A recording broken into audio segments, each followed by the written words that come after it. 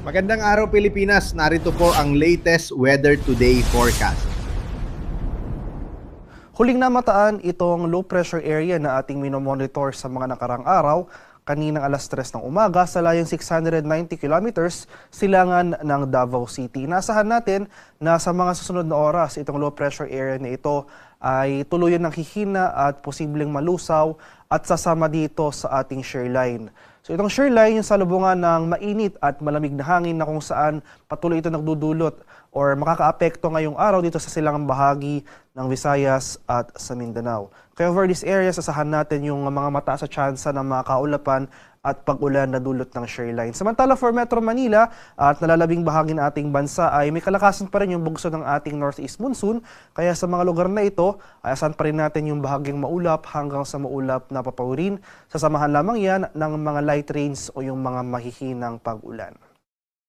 Sa kalagayan naman ating karagatan, dahil may kalakasan pa rin yung bugso ng ating amihan, may nakataas pa rin tayong gale warning sa eastern seaboards ng Visayas at sa Mindanao.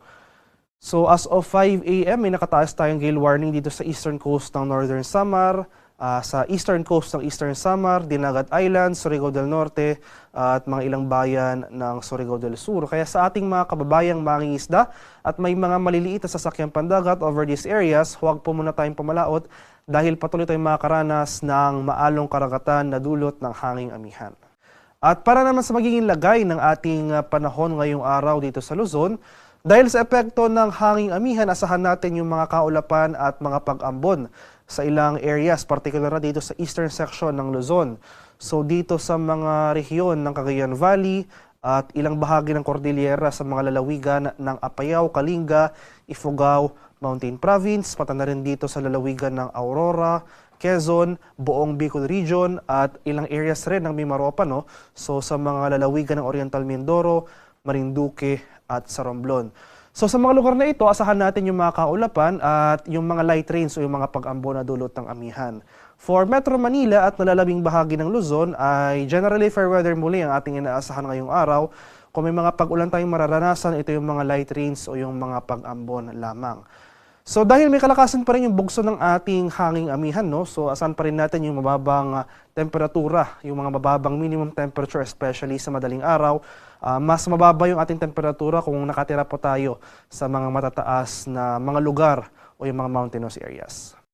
Sa area naman ng Visayas at Mindanao, dahil sa epekto ng shear line o yung salubungan ng mainit at malamig na hangin, asahan natin ang mataas sa tsansa ng mga kaulapan at mga kalat-kalat na pag-ulan at thunderstorms dito sa malaking bahagi ng Caraga, Davao Region at mga lalawigan ng Leyte, Southern Leyte, Eastern Samar, pati na rin sa mga lalawigan, ilang lalawigan ng Northern Mindanao sa may Camiguin at Misamis Oriental. Kaya over these areas, asahan natin especially mamayang hapon hanggang sa gabi, itong mataas sa tsansa ng mga pag-ulan. So posibleng mas dumami pa yung mga areas na makakaranas ng pag-ulan mamayang hapon, dulot yan ng shear line.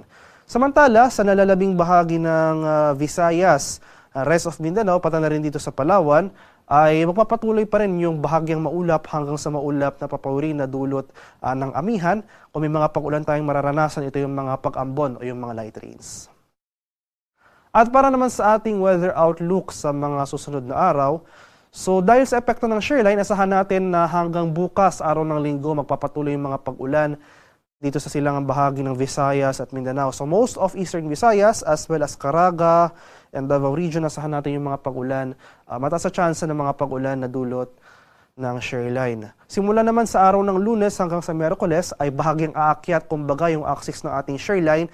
Kaakibat ito yung pag-retreat o pag-atras rin ng ating northeast monsoon. So mababawasan na yung mga pag-ulan sa malaking bahagi ng Mindanao, pero dahil sa epekto nga ng shear line, asahan natin na malaking bahagi na ng Visayas as well as itong Bicol Region, mataas sa tsansa ng mga pag-ulan ang ating mararanasan over these areas in the coming days. Kaya maghanda po tayo at maging alerto sa mga banta ng flooding or landslides dahil inaasahan natin na mas lalakas pa yung mga pag-ulan na ating mararanasan over portions of Southern Luzon, Visayas, and eastern section ng Mindanao.